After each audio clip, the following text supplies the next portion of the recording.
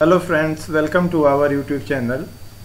आज से हम हिंदी के इम्पॉर्टेंट क्वेश्चंस की एक सीरीज़ शुरू करने जा रहे हैं, जिसमें कि कुछ क्वेश्चंस करवाएंगे हर वीडियो में, और आप अपना चेक भी हो जाएगा आपका कि आपकी तैयारी कितनी हुई है जो आने वाले एग्ज़ाम्स हैं उनके लिए।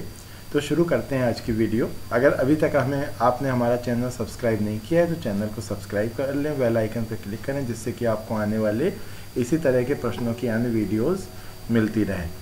तो शुरू करते हैं।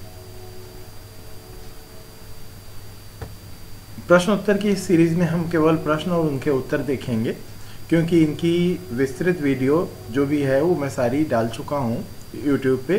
तो हिंदी से रिलेटेड अगर कोई भी विस्तृत जानकारी आपको लेनी है तो आप हमारी प्लेलिस्ट में जाकर वो अध्ययन कर सकते हैं। तो शुरू करते हैं। आज का हमारा पहला प्रश्न है, तत्सम शब्द नहीं है। हमें बताना है कि इनमें से तत्सम कौन सा नहीं है। जैसा कि हम जानते हैं कि तत्सम शब्द वो होते हैं जो उसके समान, तत्समान, यानी कि संस्कृत, डायरेक्ट संस्कृत से लिए गए हैं। तो हम ये जो उत्तर देखते हैं, ए है हमारा कोढ़, बी है चूर्ण, सी है चंचू और डी है घृत। तो यहाँ पे संस्कृत शब्द ये तीन है हमारे, चूर्ण, चंचू और घृत। कोढ़ संस्कृत शब्द नहीं है, इसलिए इसका सही आंसर है कोढ़, ऑप्शन ए। दूसरा प्रश्न है हमारा, तद्भव शब्द का अर्थ क्या है। तद्भव का क्या अर्थ है? ऑप्शंस हैं, उससे कहना, उसके विपरीत, उससे सुनना, उससे उत्पन्न। तो मतलब तद्भव का तात्पर्य होता है, मैंने अपनी वीडियो में बताया भी आप लोगों को, कि तद उसके समान, यानी कि उससे उत्पन्न। जो शब्द संस्कृत से उत्पन्न है, संस्कृत के विकृत रूप हैं, वो तद्भव कहलाते हैं। तो इसमें ऑप्शन डी सही होगा, उससे उत्पन्न।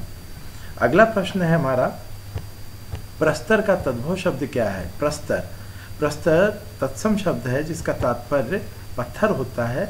यहाँ पे ऑप्शन हमारे पास है, पत्थर, पाथर, पहान, शिला। तो ऑप्शन ए बिल्कुल हमारा सही है, पत्थर इसका तद्भव रूप है। अगला प्रश्न है हमारा, प्रश्न 4, पूरी का तत्सम शब्द है। पूरी का तत्सम शब्द हमें बताना है। ऑप्शंस हैं पूरी, पुरी, पूड़ी और पुपालिका। तो मित्रों, इसका सही आंसर है पुपालिका। पूड़ी को का तत्सम शब्द पुपालिका होता है। सियार का तत्सम शब्द क्या है। यहाँ पे ऑप्शंस है हमारे पास, शियार, श्रृगाल, श्रृंगाल, सिंगार और श्रृंग। तो मित्रों, ऑप्शन बी हमारा सही है, श्रृंगार। अगला प्रश्न है, तत्सम शब्द है। हमें बताना है इनमें से चार ऑप्शंस हैं, कौन सा तत्सम शब्द है। पहला पत्ता, पत्थर, पुत्र और सच। मित्रों, इसमें एक ही संस्कृत शब्द है, पुत्र, तो यही हमारा तत्सम शब्द है, क्योंकि तत्सम शब्द डायरेक्ट संस्कृत शब्द होते हैं। जो भी संस्कृत शब्द आपको दिख जाए ऑप्शन में, समझिए वो तत्सम शब्द है। तत्सम शब्द, यहाँ भी हमें तत्सम शब्द बताना है। गांव तत्सम नहीं है। घी घृत से बना है। अट्टारी अट्टालिका से है। मुद्रा, यहाँ ऑप्शन डी हमारा सही है, मुद्रा संस्कृत शब्द है और जो कि तत्सम भी है। अगला प्रश्न है हमारा, ससुर का तत्सम शब्द है। हमें बताना है ससुर का तत्सम शब्द क्या है। ऑप्शंस हैं ससुर, ससुर, ससुर, श्रसुर और शुसुर। तो यहाँ पे ऑप्शन ए बिल्कुल सही है, ससुर इसका करेक्ट आंसर है। हमारा अगला प्रश्न है, गेहूं का तत्सम रूप क्या है। ऑप्शंस हैं चावल, गोधूम, जोधा और क्षेत्र। तो मित्रों, गोधूम इसका बिल्कुल सही आंसर है, ऑप्शन बी, गोधूम। गेहूं को गोधूम बोलते हैं।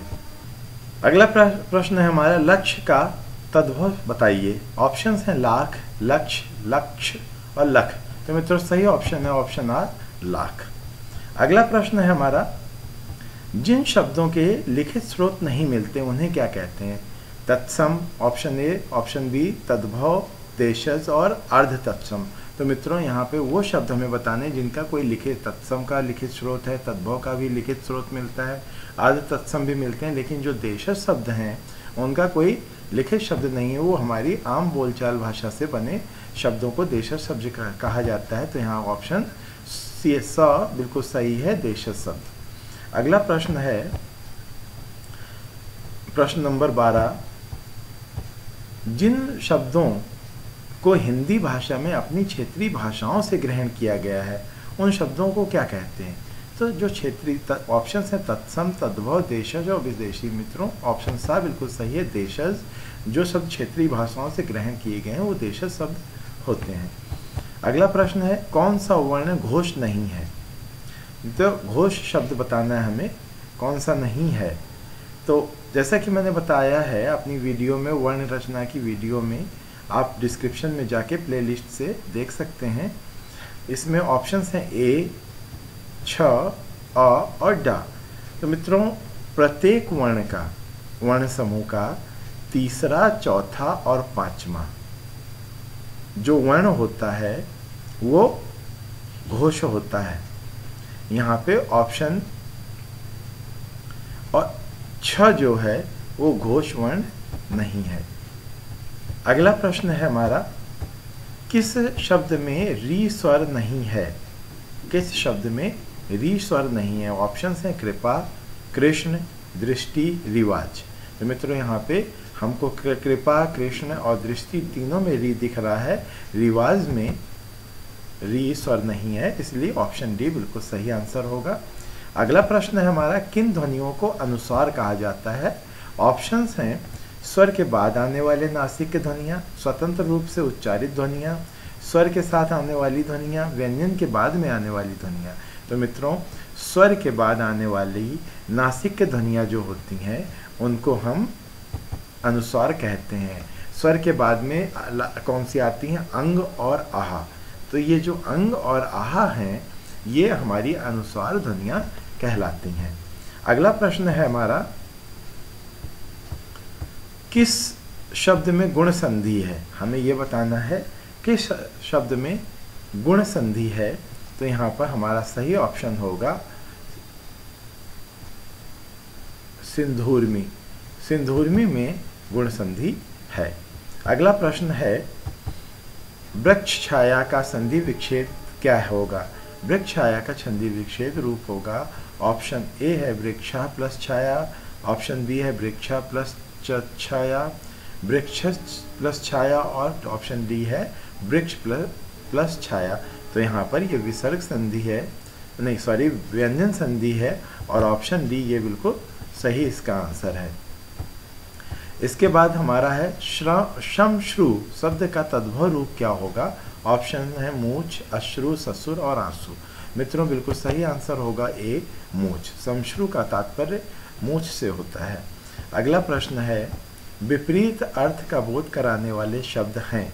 पहला पर्यायवाची शब्द, दूसरा विलोम शब्द, तीसरा समानार्थक शब्द और चौथा है एकार्थक शब्द। मित्रों इसका सही आंसर है विलोम शब्द। विपरीत अर्थ का बोध कराने वाले शब्दों को विलोम शब्द कहते हैं। अगला प्रश्न है और अंतिम प्रश्न है ये आज का, वर्ण शब्द का अर्थ नहीं होता है। हमें बताना है वर्ण का क्या अर्थ नहीं होता है। पहला ऑप्शन है रंग, दूसरा है आकाश, तीसरा है जाति, चौथा है अक्षर। मित्रों रंग का मतलब भी वर्ण होता है, जाति का मतलब भी वर्ण होता है, अक्षर का मतलब भी वर्ण होता है, लेकिन आकाश का मतलब वर्ण नहीं होता है। तो ऑप्शन बी यहाँ पे बिल्कुल सही होगा, आकाश। आकाश का मतलब वर्ण नहीं होता है। तो ये आज के हमारे महत्वपूर्ण प्रश्न थे 20। और डेली प्रश्नों की एक श्रृंखला आपको देखने को मिलेगी, चाहे हिंदी, संस्कृत और जनरल नॉलेज पे। अगर आपने हमारे चैनल को सब्सक्राइब नहीं किया है चैनल को सब्सक्राइब करें और बेल आइकन पर क्लिक करें, जिससे कि आपको हमारे आने वाले वीडियोस का अपडेट मिलता रहे। इस तरह की वीडियोस आपको मिलती रहें। तो मिलते हैं अपनी अगली वीडियो में, तब तक के लिए नमस्कार।